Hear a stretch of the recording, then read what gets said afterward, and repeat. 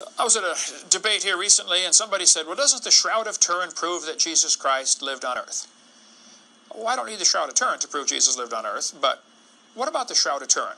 Somebody sent me this book and said, oh, Brother Hovind, you got to read this. This is proof that Jesus was buried in the burial cloth, proof of death, burial, and resurrection of Christ. Well, they say the Shroud of Turin was the cloth Jesus was buried in. Now, here's the facts about it. This is a picture of it. You can see the picture of the face, and the arms are crossed, and, they say the holes in the hands where he was, crucified, and holes in the feet, and you can see the beard and all this stuff. There's several real serious problems with the Shroud of Turin. They say you can see the outline of his beard and his wounds. Well, the Bible says his face was bound about with a napkin. The piece around his head was different than the piece around his body.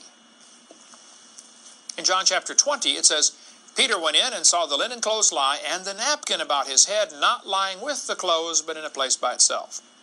The Shroud of Turin has one cloth covering the head and the body. It's not the burial cloth of Jesus. They saw the linen clothes lie by themselves, Luke chapter 24. Isaiah prophesied that they would pluck off his hair. Or the Shroud of Turin shows a man with a beard. He didn't have a beard. By the time he got buried, they had plucked off the hair of his cheeks, okay? 1 Corinthians says it's a shame for man to have long hair. This guy had long hair. At least the image does, okay? Jesus did not have long hair. He was not a Nazarite. He was from Nazareth, okay? The custom of that day was to have short hair. If the custom was to have short hair, then why did Judas have to kiss him to pick him out of the crowd if Jesus had long hair? He could just say, hey, he's the long-haired guy. Go get him.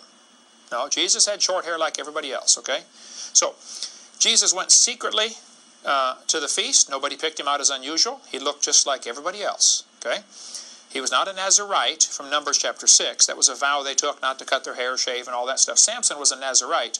Jesus was from Nazareth. Don't get the two confused, okay? It's no connection whatsoever. So the Shroud of Turin is a really old cloth. It might even be a cloth somebody was buried in. It might even be a cloth somebody who was crucified was buried in. I wouldn't argue any of that. But it's not Jesus. That's for sure.